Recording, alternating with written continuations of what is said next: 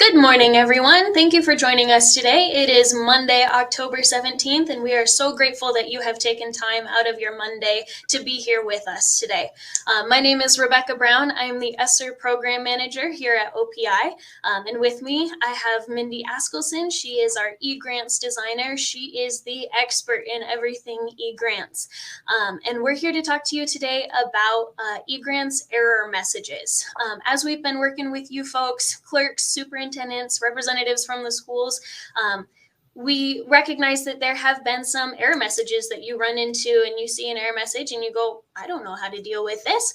And so we did want to offer some training or some guidance for you folks today on some common error messages and how you can move forward when you do see an error message like that. So if we could pull up the slides and get started, I will let Mindy introduce herself. Because Mindy is the expert in eGrants, she is going to be presenting most of the slides today. So thanks for being here, Mindy. Thank you, and that's a very nice introduction, Rebecca. Well, hi everybody, my name is Mindy Askelson, and I am the grant designer for what you see in eGrants and what you fill in and that kind of stuff.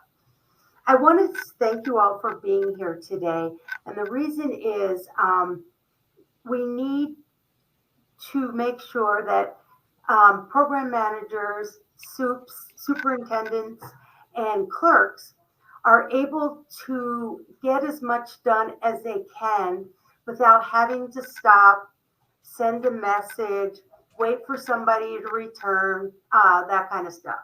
I will say to you, though, that my personal policy is any email or phone call, as long as it's not on Friday before the weekend, I have a 24-hour turnaround. So I just wanted to remind you of that, guys. I will do the best I can. Sometimes we'll say to you, we can't do this. This is a Brenda thing. And who Brenda is our contractor with MTW. And she does all the coding and all the fixing and stuff like that. So what usually happens then is after we get it fixed, we'll let people know it's time to go back in.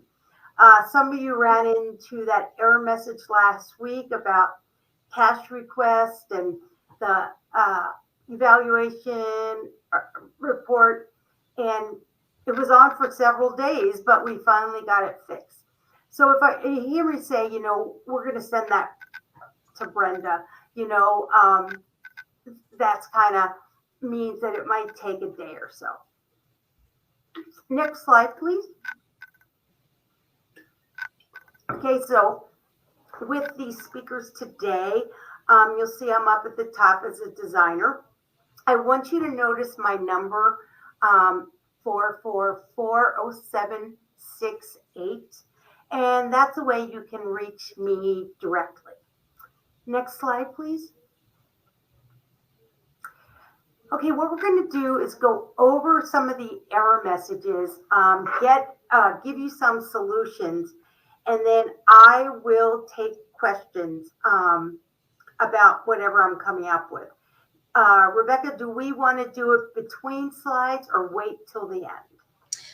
If you have a question on a particular slide, please feel free to put it in the chat. Or if you feel more comfortable, we will open this up for general question and answer at the end of the session. And if you would like to wait until the end, you are more than welcome to do that. Okay, good. Thank you. So let's go to the next slide. I get a lot of calls in a panic that you ruined eGrants or you ruined your application and you're not quite sure what to do. Let me assure you, the only ones that can blow up eGrants are Carla, my coworker, and myself. And even then, we get a way to put it back on. So if you do get nervous, don't worry about it. We can fix just about anything. So next slide, please. All right. So what you have to understand is that error messages across the screen do not necessarily mean that you ruined the application. but you need to make sure that you read them carefully, because 9 times out of 10, they're going to tell you exactly what's wrong and how you fix it. So when you see that, when you see those red messages, take some time and look through them carefully, okay? Because they explain what needs to happen. Now, if you're getting messages, and when you try to click on them, and it goes to hyperlink, that's something we have to fix. So, just let us know. And I have a list right now that I call stuff I have to do before I call Brenda. And that means as I'm learning stuff, I write it down. So I'm like, okay, I know that.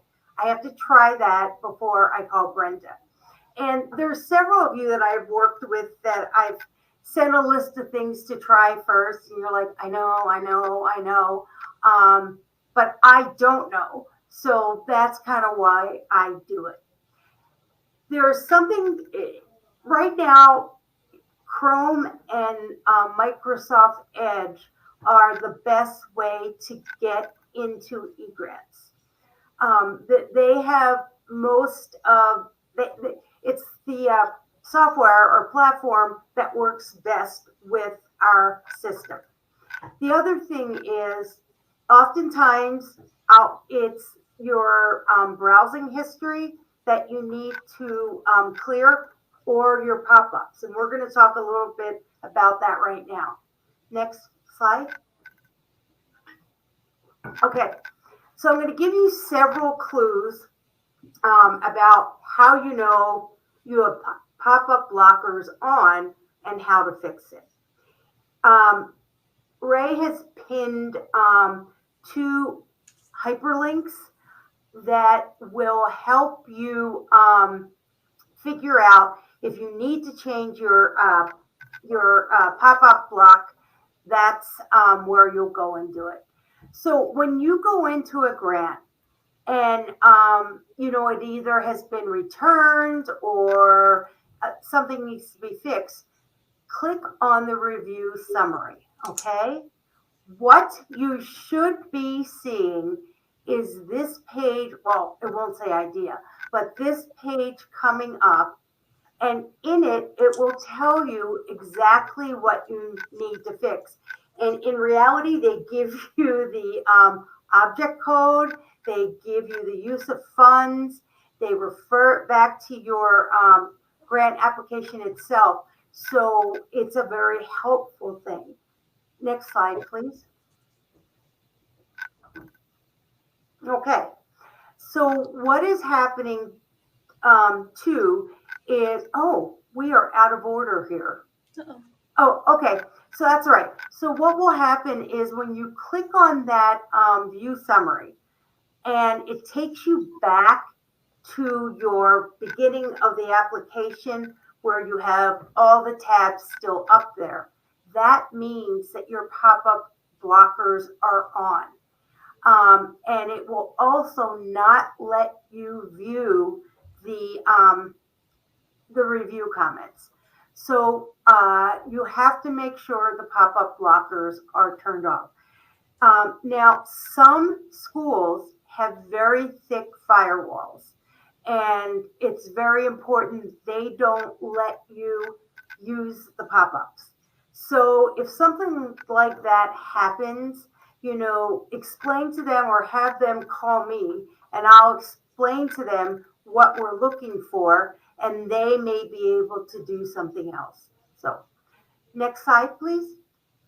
Okay, so when you go in there to turn them off, what you need to make sure is that you have checked that they can send pop-ups and use redirects.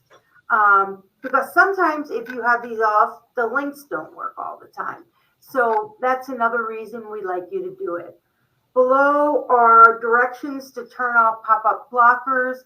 I think we have Chrome on there. We have Microwaves Off. We have Foxfire and all those in there. So it'll be able to help you. And as I said, Ray has posted the links so you can save them on your laptop, on your desktop if you need to. Next slide, please. Okay, one of the first clues that you need to look at if you go in to make corrections and there is no save button at the bottom of the page, no matter how many times you put it in and then turn away and it's gone, and no matter how many times you have clicked anywhere on this page, the information will not be saved. So your first check to make sure you're in the right place and and you can make your changes is if there are pop-up blockers. If there is a save button on the bottom of the page. Now, sometimes that save button should appear and it doesn't. And that often means that I did something wrong in the coding or with a date. So, if you still can't get it, Rebecca knows how to do it and I know how to do it. So between us, we'll be able to help you. Next, please. Okay. So if the save button is not visible, there are several reasons why. Okay. The first reason is it's been submitted for review. Okay. And you're not able to go back in to make any changes until it is accepted or returned. The other reason would be that you started an amendment and not have submitted it for review. Sometimes that gets confusing with, am I in the amendment? Am I in the original cation? Did I accidentally push the amend button when I didn't mean to? So, those are some of the things. Now, this line that says this page is locked, that is another red message that will appear at the top of the page. Next slide, please. Okay, so if you get that page lock control and you need to open it again, what you need to do is go to the page lock controls, and it's usually the second to the last tab in your grant. Then what you're going to want to do is go down the page, and it's on the left hand side, and you'll see, and it says expand all or select all. So when you click that, everything will open up and you will see open, locked, whatever it is. So when you're trying to go in and make an amendment, you might have locked all the way down this page, and then you'll just select them all and get them unlocked. Next page, please. Okay.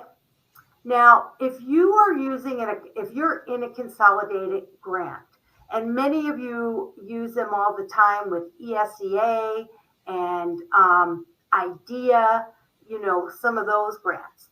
So what it means is that there are several sections in this grant that have their own rules that need to be followed before you can submit the application. So let's say you've got an error message in ESSER base. You'll know that one by on the right-hand side, you'll see that drop-down box. Now, this drop-down box means that you can click any one of the other consolidated parts, but you have to click on the white box, and then you'll have a drop-down list. Once you get to the drop-down list and you get where you want to be, oftentimes there's 2 or 3 tabs on these applications, and you will see at the very end it has unlock all. and then you'll hit the expand button again. Next slide. Okay. Another place you might be locked out is in the tab Submit. And many of you get to this place and have a really hard time and are not able to get the consistency check to come up or anything like that. In that case, that is another sign that either you didn't save something or the application is not submitted to your authorized rep or to us. So as you do the consistency check, and we're going to go over that in a second about those errors there, you then, and you want to get back, you can go to the unlock button or unlock application button and click that like 2 times before it comes up. Now, some of you are in there as clerks, some are on our authorized rep, and some are data entry. So not everyone has the right to reopen the application. So make sure that it's either your AR or your clerk. Now, if I'm going in there and helping you because something, was strange, sometimes you will see my name in there as having run the consistency check, and then I will leave it for your AR to approve or disapprove. Okay, next slide. All right. The other reason that we have problems or people aren't able to get into their grant is because they're on the wrong fiscal year. And just so you know, all of ESSER, all of the after school programs we have it, or the summer program we have, all of those are listed in 2021. And the reason we're doing that is for accounting reasons, which is beyond my comprehension. If you're still working on the first ESSER grant, when is that shut down again, Rebecca? They have to be done with it? The amendments for the ESSER 1 grants needed to be submitted by September 30th, and cash requests need to be submitted by October 25th. So you've got just over a week left to submit any remaining cash requests or expenditure reports for ESSER 1. Okay. And we also want you to know if there has been a problem that we have not been able to fix quickly. Normally I go to Rebecca and say, we might have to leave this open another couple of days because of this issue. So, we will do that. The other thing that happens, I'd say 60% of the time when people call me and say, I don't have any grants, is that you're just looking at the top section instead of going all the way down to the bottom of the page. And the reason that is the top section is for grants that you have started and or have submitted. But in order to get the grant up there, you'll see that there is near the bottom of the page, you'll see the name of your grant, and then you need to click the create button. Once you click that button, your grant then goes back to the top, and that's where it'll be as you come in. Next slide.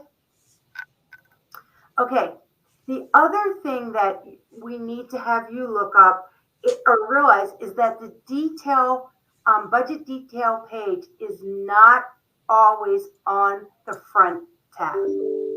So what we need to make sure is that you're in the right subgrant or the consolidated members to make sure that you have the correct the correct grant that you're working with. So can we go to the next slide, please? Okay. So sometimes you will could you go back one, Ray? Okay. So the reason that I'm showing you about not being able to find your budget page is because that sometimes if you can't find something, we have you start on the front tab. And then could you go to the next slide, please? Or it can be just on an individual tab. So, Rebecca, am I correct that this message is a very large part of people calling us for troubleshooting? Okay. Yeah, I have definitely received several phone calls that say the contact information on our contact page is not correct. That person left our school district last year. How do we update the contact information page? So yes, I have gotten several calls about this question specifically. Okay. And what is the answer to that question? The answer is in this lower screenshot on your screen, you can see that some of the boxes are grayed out. They are a gray color versus the whiter color that's in the summer phone section.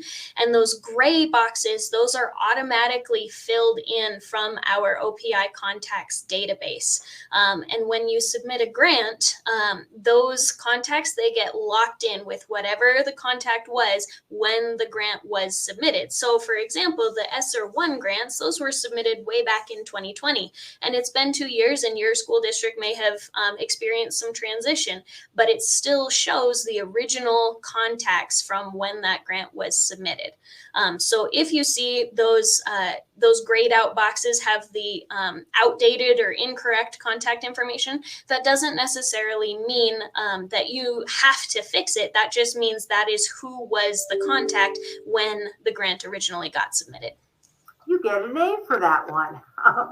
And so then the other issue becomes, all right, so the person, you understand why that person's in there and you're going through the grant, but you see how there's a little asterisk next to the summer phone? Anytime you see an asterisk, it means you have to put it in there or you won't progress till the next page. And again, if you don't have a save button at the bottom of the screen, no matter how many times you put this number in, it's not going to keep and it's not going to save. Could I go to the next slide, please? Okay, so this is on the submit tab where you have your consistency check done and everything. And what I want you to notice here is there is items that have errors and items that have passed. So if you look down at IDEA Consolidated, and it's giving you a message about member applications have not been approved. You won't have to worry about that because you're not doing IDEA, and that's where I grabbed this slide from. And so it's telling you what you have to do on what tab to get it fixed. But then you'll notice IDEA, B, and preschool, they both say that there's no budget information in them, which means that you need to go back and look to make sure you have everything right. There are times when it looks for a allocation and it's not there. That could also be because of some background errors we have that may need to be fixed. But you'll notice at the very bottom, it says the consistency check must be processed again before you can submit it. And so what that means is you need to go up, look at each of the errors and try to fix them. Could you go to the next slide? So let's go a little deeper into what needs to be corrected. So if you'll notice the first authorized rep up there, you'll see that for some reason the prefix, the 406 didn't get put in there. Without the 406, it won't accept. And then again, you'll see that there is an asterisk by that box, meaning it has to be filled. The other thing is people will forget to fill in the summer numbers. And we need to have them in there so that if something happens, and lots happen during the summer, we will be able to go in and change that. Now, this is a new feature here for all of those that have been doing these grants forever. You'll notice on the left-hand side, you'll see a click here to update authorized reps. What will happen is if you click there, it will take you down to the probably halfway down the page, and it'll give you the information boxes that you need to change the authorized rep contact information. When that is put in there, you still may see the gray boxes have the former superintendent and clerk in there. That's fine, because when you go down and put in the new information, as we said before, you still have all the rights. Next slide. Okay. Sometimes they will list several things. And what will happen is you'll skip by a page or think, well, I don't have that answer. I can't fill it in. And what the page here is telling you is, well, even though you don't have the information, you can't submit the grant because it's a required field. So, keep that in mind.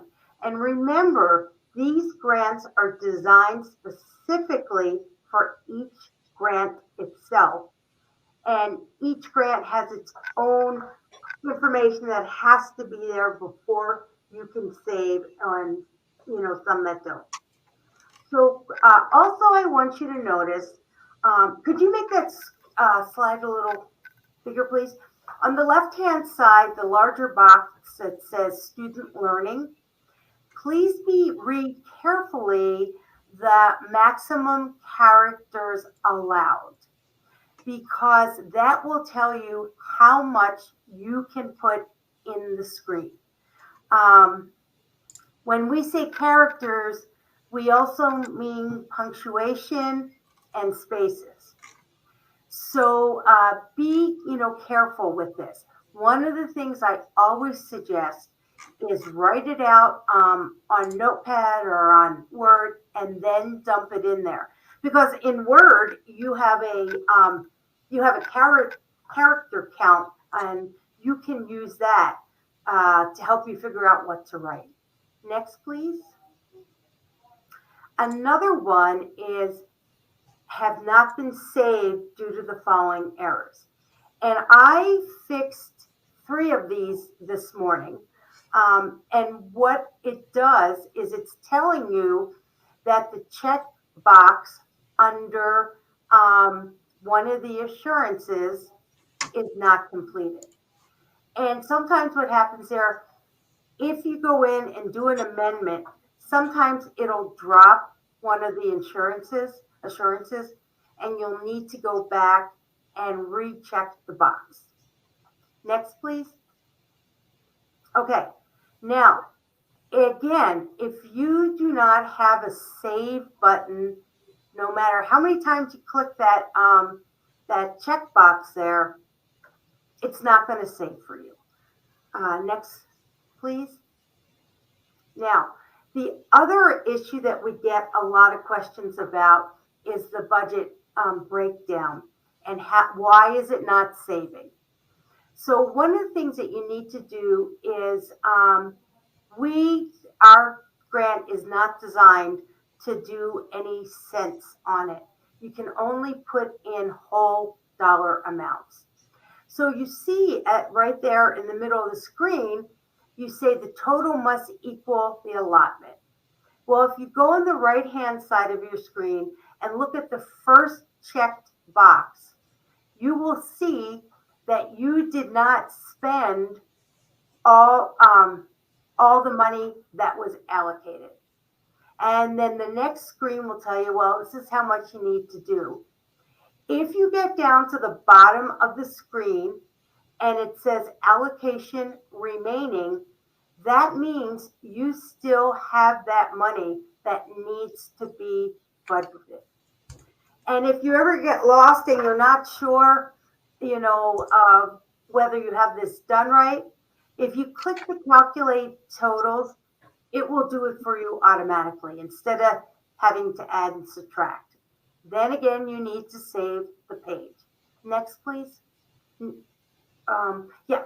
So sometimes, especially in ESSER 2 and 3, there was a request for an item or some sort of building fix or something like that.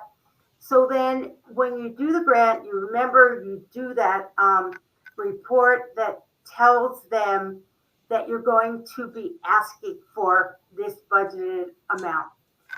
Well, what happens is whatever goes in the object code 700 in your original budget is automatically transferred to this page, because this page is specific for object code 700.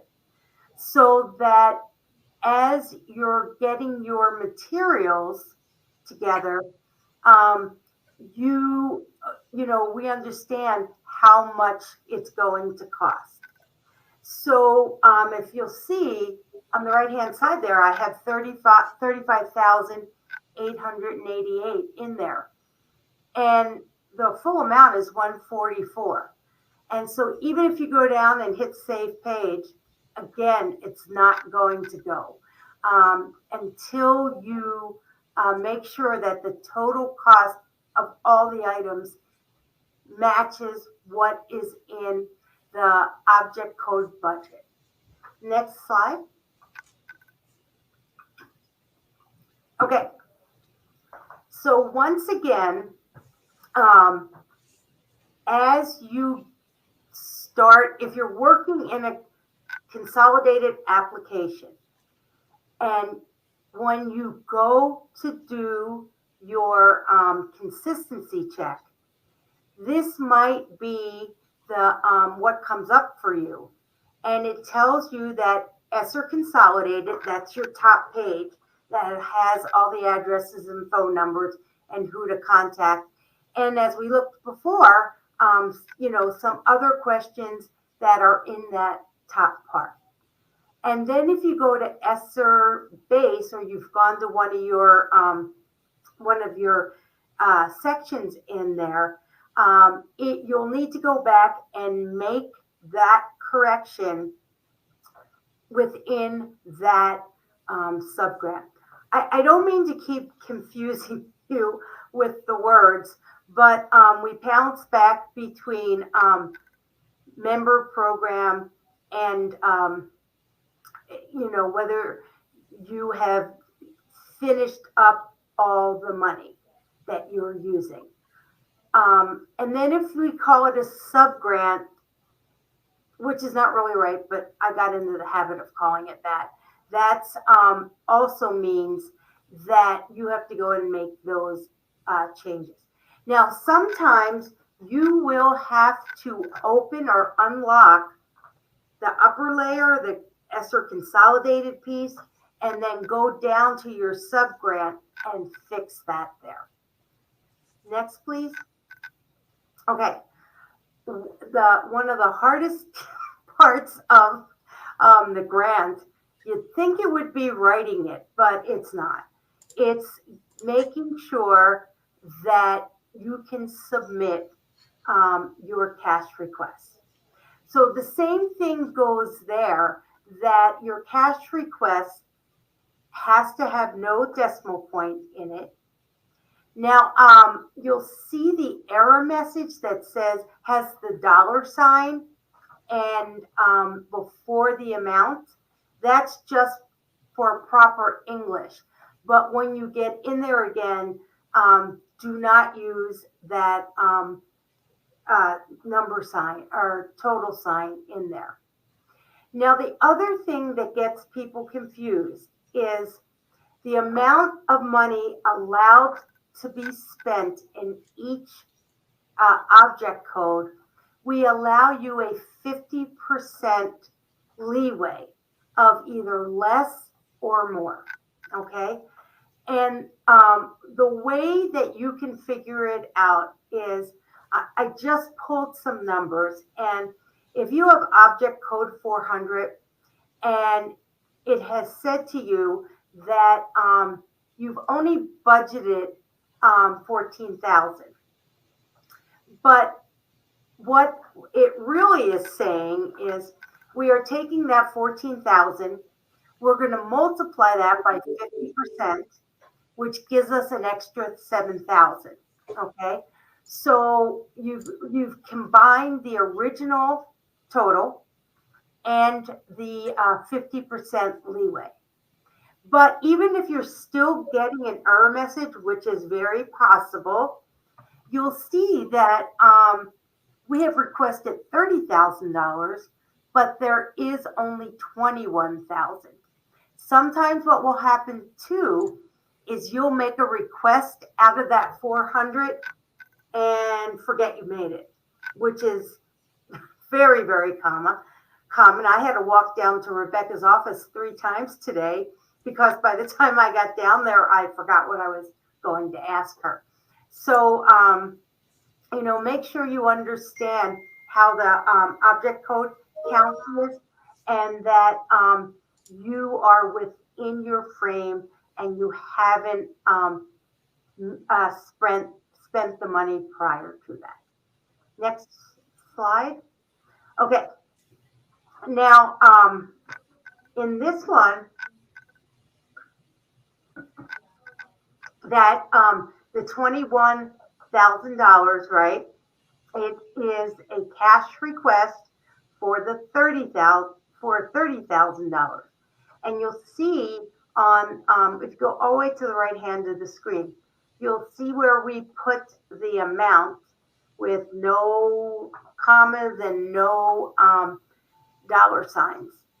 And you did not, and it says here it was allocated 14,000. You have not spent any. Regardless of that, your span of 50% is still only the highest limit is 21,000. So you need to go back to check also what you have in the original grant and what numbers you have put in here. Next slide, please. Okay, so we've gone through these error messages. I could have included 10 more pages of them, but we didn't want to confuse everyone. We'll do it a bit at a time. So I think what I'm going to do right now is I'm going to stop